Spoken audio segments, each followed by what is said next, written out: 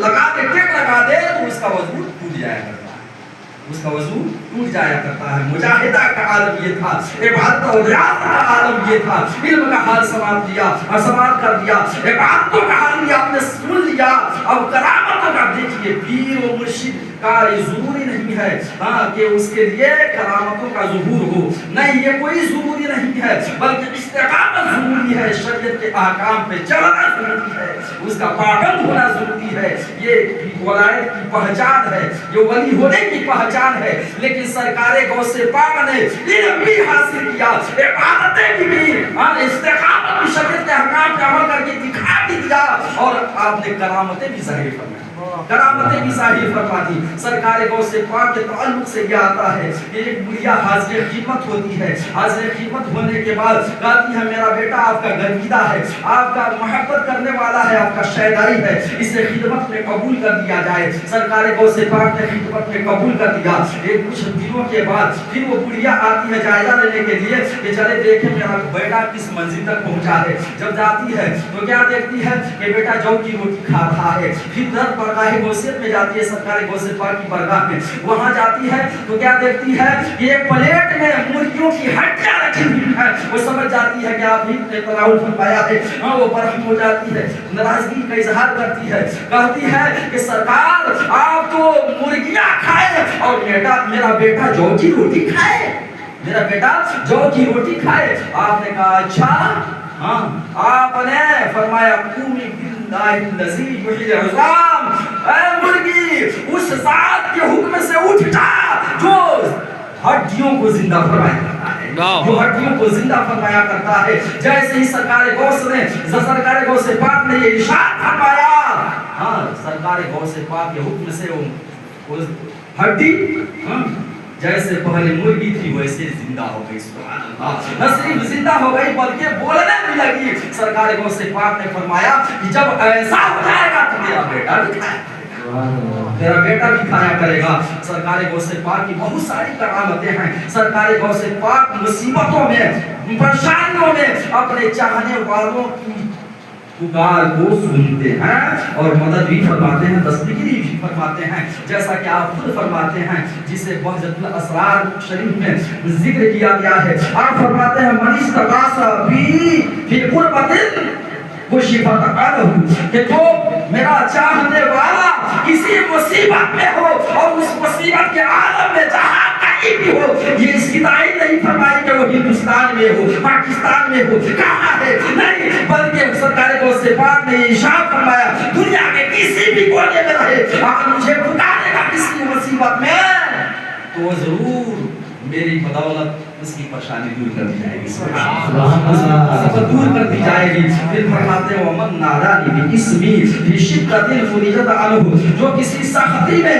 میرا چاہنے والا اگر مجھے یاد کرے گا، میرے ناموں کو یاد کرے گا، کہے گا یا شیخ عبدالقادر شیخ اللہ، یا شیخ عبدالقادر جیلانی شیخ اللہ، جیسے یہ کہے گا اے شیخ عبدالقادر میری مدد فرمائیے، سرکار غوث پاک کی مدد ضرور ہوگی۔ سرکار ضرور پہنچایا کرے گی۔ اور پھر آپ فرماتے ہیں جو من توسل بی الی اللہ عز وجل، کہ جو اللہ کی بارگاہ میں، اللہ کے دربار میں میرا وسیلہ پیش کرے، میرا وسیلہ پیش کرے، میرا وسیلہ پھر حاجت نہیں، کسی حاجت میں اگر کسی کو کوئی حاجت ہو، کسی کے پاس کوئی مراد ہو، اگر چاہتا ہے اس کی مراد پوری ہو جائے، اللہ کے دربار میں اگر میرا نام لے کر کے پھر عریضہ پیش کرے، اللہ کی بارگاہ میں درخواست کرے، اگر وہ چیز طلب کرے، مانگے، تو یقیناً اللہ تبارک و تعالیٰ اس کو اس حاجت میں پورا کرے۔ سبحان اللہ، سبحان اللہ۔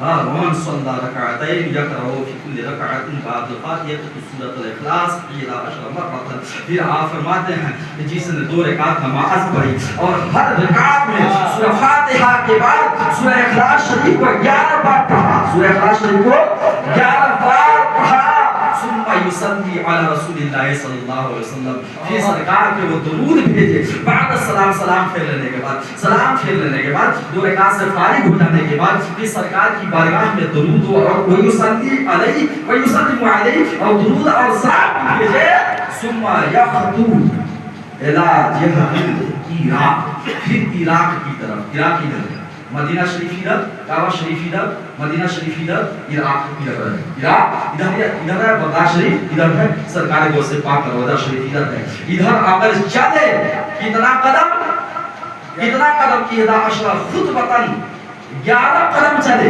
11 قدم چلے، ثم یذکرنی، اور یذکر اسمی، اور پھر میرا نام لے کر پکارے. یا شیخ عبدالقادر جیلانی شیخ پکارے، میرا نام لے کر پکارے، میرا نام لے کر پکارے، اور پھر اپنی حاجت کو رکھے. وَيَذْكُرُ حَاجَتَهُ، اپنی حاجت کو رکھے. سرکار غوث پاک فرماتے ہیں یقیناً اس کی حاجت پوری ہوگی، یقیناً اس کی حاجت پوری ہوگی. اس کو صلاۃ غوثیہ کہا، صلاۃ غوثیہ. اگر کسی کو کوئی حاجت ہو تو یہ نماز پڑھے، یقیناً اس کی مراد پوری ہوگی انشاءاللہ تعالی. حضرات محترم، سرکار غوث پاک نے اپنے مریدوں کی ضمانت میرے لیے سبحان اللہ. ہاں، بے شمار مشائخ سے مروی ہے، بے شمار مشائخ سے مروی ہے. سرکار غوث پاک فرماتے ہیں ہاں کہ ضمانت دی ہے. مشائخ فرماتے ہیں کہ ضمن الشیخ محی الدین عبدالقادر رضی اللہ تعالی عنہ لمریدیہ الی یوم القیامہ الا یموت احد منہم الا علی توبۃ. سبحان اللہ.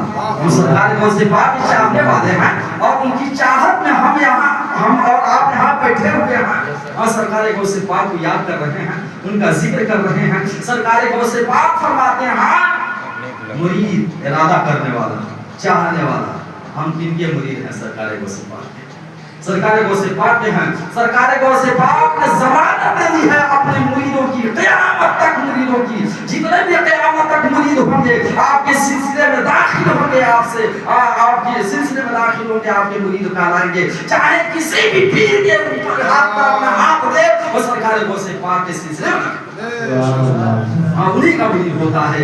حضرات محترم، اپنے پیر و مرشد کے واسطے سے، اپنے پیر و مرشد کے توسط سے، ہاں وسیلے سے وہ سرکار غوث پاک کا مرید ہوتا ہے، انہی کا مرید ہوتا ہے. سرکار غوث پاک نے ضمانت لے لی ہے قیامت تک اپنے مریدوں کی، اپنے مریدوں کی. ہاں جو مرید ہوتے ہیں، ہاں ان کے مرید ہوتے ہیں، ہم سب مرید ہیں. آپ نے ضمانت لے لی ہے کس بات کی؟ اللہ یموت احد منہم الا علی توبۃ، کہ میرا کوئی مرید اس وقت تک مر ہی نہیں سکتا ہے جب تک کہ توبہ نصیب نہ ہو، جب تک توبہ نصیب نہ ہو جائے. بلکہ آپ نے اپنے مریدوں کی کفالت کر ضمانت دے دی ہے اپنے اوپر. آپ کفالت فرماتے ہیں، آپ مدد فرماتے ہیں. حضرات محترم، سرکار غوث پاک کی بہت ساری کرامتیں ہیں، بہت سارے مجاہدات ہیں، جنہیں بیان کیا جائے تو بہت وقت لگ سکتا ہے. آپ نے سنا پیر مرشد سے کہ سرکار غوث پاک سب کے پیر، یہ خود نہیں بول رہے بلکہ یہ فرمان سرکار غوث پاک کا ہے. سرکار غوث پاک فرماتے ہیں الانس لہم المشائخ، انسانوں کے بھی پیر ہیں، انسانوں کے پیر ہیں.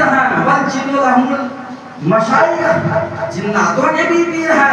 والملائکۃ لہم المشائخ، اور فرشتوں کے بھی پیر ہیں. وانا